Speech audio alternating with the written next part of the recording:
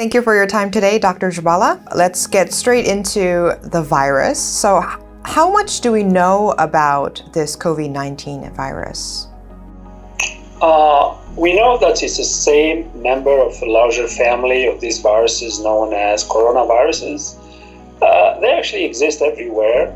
They spend a lot of their time with animals. So this is a third virus that has crossed.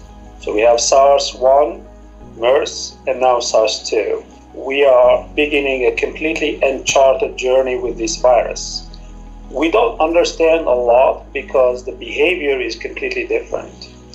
I was very surprised at the outbreak in China, the numbers of people that were infected in such a relatively small period of time. It's very unusual. There are so many talk out there, but it's not following the same rules as the other viruses. This virus is much more aggressive and much more lethal. And for every virus, there is a certain level of lethality. There is a lethal dose. There is how much of this virus you need to have in your lungs before it kills you or before it makes you sick. With this virus, it's not very clear. It's actually very disturbing. There have been some interesting reports that they've had people who were sick and they were cured. They released them out of the hospital and then they got reinfected. The truth is very simple. The assays that we do every day to test this virus, they can only test a certain limit. And if the virus level goes below that threshold, you're not going to detect it. Meaning you're going to release the patient and say you're healthy enough to leave. What I find alarming is we are releasing all these patients, telling them they are virus-free, and they go back to the community. It's not your average SARS, it's not your average MERS. Many people, including me, we start calling it a very mysterious, very cryptic virus because we don't understand it, and it doesn't seem to only attack the lungs, it seems to also attack the heart, and it seems also to attack the liver. So we're seeing interesting patterns. Not only old people or those with underlying health conditions actually develop this disease. Now, the elderly are really the first category that get affected a lot because as we get older, our immune system declines. Between the elderly and the adolescent to probably 50, 60 years old, their lifestyles will dictate how vulnerable they are to a virus. What I have observed, which is very different to the MERS, is the rate of infection of young is lower. It doesn't mean that we don't have to close schools or we can let our kids outside play. It means that for now, these are the trends that we are observing. There's so many unknowns about this COVID-19, and China, the Chinese government, is responsible for this lack of information. Do you think this is actually becoming an obstacle for developing a vaccine sooner? China is not forthcoming with a lot of this information. This information is coming in different bits and pieces, and I think there are some fantastic people around the world that are spending time dissecting that information and putting it together. It's not so much for developing a vaccine, but to study the trajectory of where this virus is going. Right now, we're in the middle of a storm, and a vaccine is not going to help. Even if we have a vaccine today, it's not going to help. I think people don't realize that vaccines don't work for every individual that gets the vaccine. Vaccine is a preventative thing. Vaccine is really helping your immune system to kickstart. Your immune system is really what protecting you. The vaccine is just helping, pointing to the immune system where to go. The information that we're lacking from China is about one individual, patient zero. The case in Italy, the cases in Iran, we have few cases in the United States, especially on the west coast of America, where we can't link that fingerprint to the virus from Wuhan. So without that information of that patient zero in Wuhan, it's really, we are in a bad situation to understand where this virus is going. So that information will be really critical for us to understand the evolution of this virus. And that would really help us stop the spread, not to treat the virus, really stop the spread. So you're saying that the patient zero is the key to understand the nature of this virus and contain this virus? So, yes, patient zero is really critical to tell us what were these, what we call advantageous mutations that happened from the animal kingdom to the human. The one time it can infect us, that's the transition. It means now this virus figured out that the virus has the key now to borrow, not just to borrow our engine, to borrow the whole body as an engine for the virus to spread. The only way to keep it at bay, if you have a very good vaccine that makes antibodies that's going to neutralize the virus and clear it, that's wonderful. But for 20 years, many companies, many researchers have promised us a virus for SARS version 1. And we are in 2020 and this vaccine doesn't exist. Many reasons. One is there is no more threat, so everybody forgets about it. Two, they have tried and they have identified difficulties that these viruses are not amenable to a vaccine. And because of that, they may need several years of research. The best comparison to that is the Ebola virus in Africa.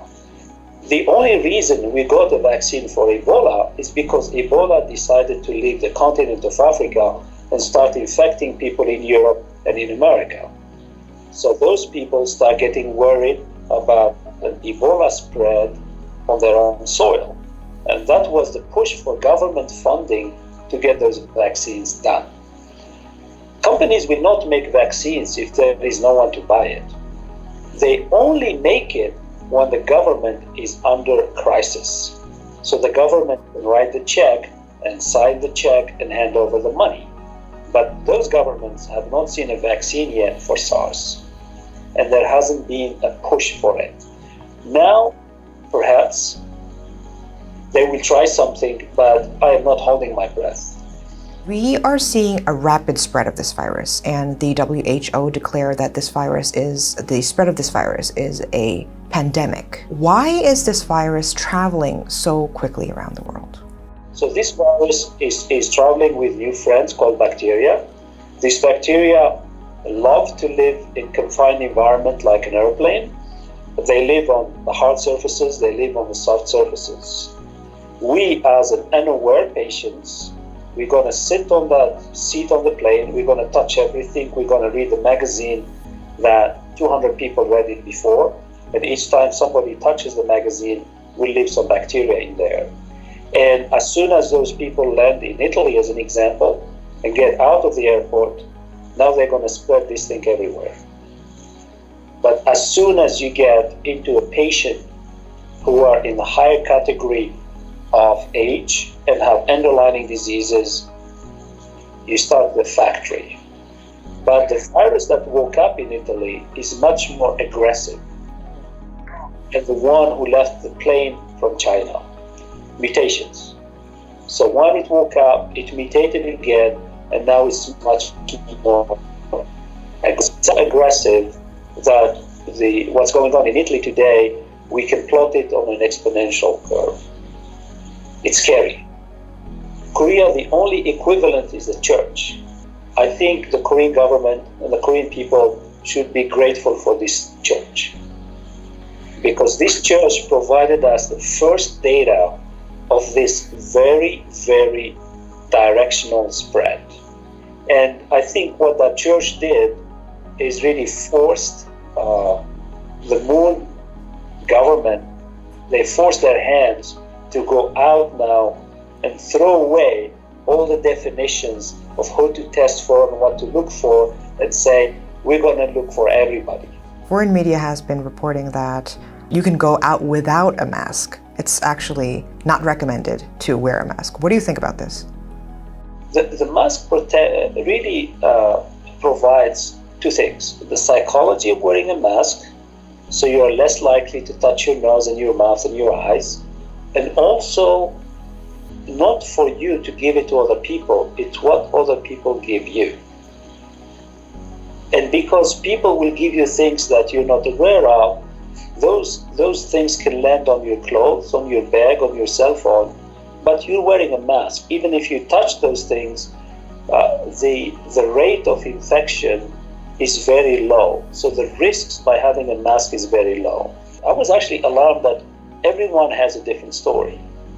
I think in the United States, the CDC position was very clear because they are afraid of shortages down the road. If they, as an example, the church followers were all wearing masks, we wouldn't see 5,000-6,000 cases. In Italy, they don't wear masks. You saw where the numbers are. And I think that's where the mask plays this protective element, both psychologically and actually when you leave your home, which is your controlled environment, into the public environment outside that you can't control. You're part of it.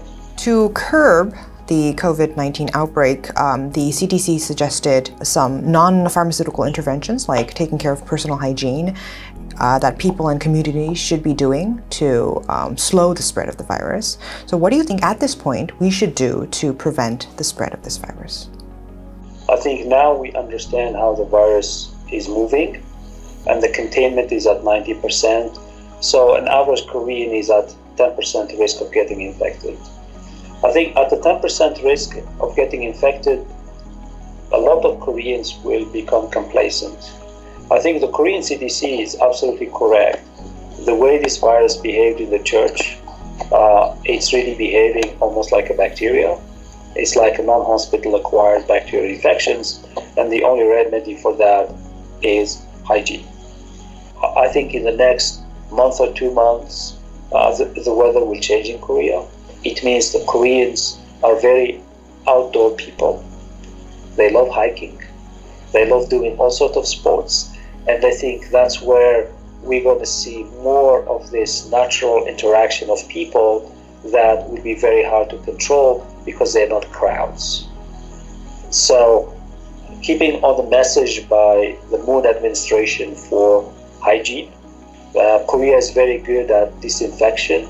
If they maintain this on course, I think the number of cases will start going down, whether they got rid of the virus completely or not. And I think this way, at least, peace and quiet will come to Korea and put this bad episode of SARS version 2 behind them, and really look forward to re-establishing some of the damage, especially the economical damage that was done to the country. So what kind of efforts should we make to prevent the spread of more deadly viruses like COVID-19 in the future? A very good question. I think it goes down to two critical aspects. One is preparedness, that each time a patient shows up in emergency with symptoms that no one has seen before, immediately they should be reported across all the healthcare institutions. This is the biggest mistake for MERS. If patient 0, when he showed up at Samsung, was isolated, we're done. I think Korea has not really embraced this concept of monitoring. For some people, they think it's Big Brother spying on you. In 2015, I actually criticized Korean CDC and basically called them lazy, sitting in their offices, and the only thing they do is shove paperwork. Until MERS came, and they found themselves really incompetent to actually handle it. Some of the recommendations that came from the National Assembly speak to that. And I think now the Korean CDC have been challenged twice now. So there shouldn't be a third time. And I think this monitoring should be already in place, not just to protect humans, but actually to protect the livestock in Korea. With regard and with respect to the Korean pharmaceutical companies,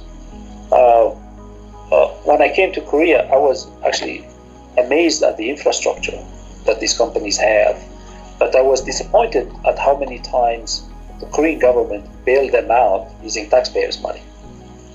There are some good companies that have a track record in making vaccines like Green Cross. There is no reason why Green Cross is not trying hard to make these vaccines. The Green Cross was one of the companies that got some funding during the MERS crisis to make a vaccine, and they actually did not have it. So in Korea, it's different to other countries because those companies are surviving because the government has helped them survive, though they're not really producing anything yet. But because each time you give them money to do something, and then the problem disappears, and no one holds them accountable for that, we don't have a vaccine today.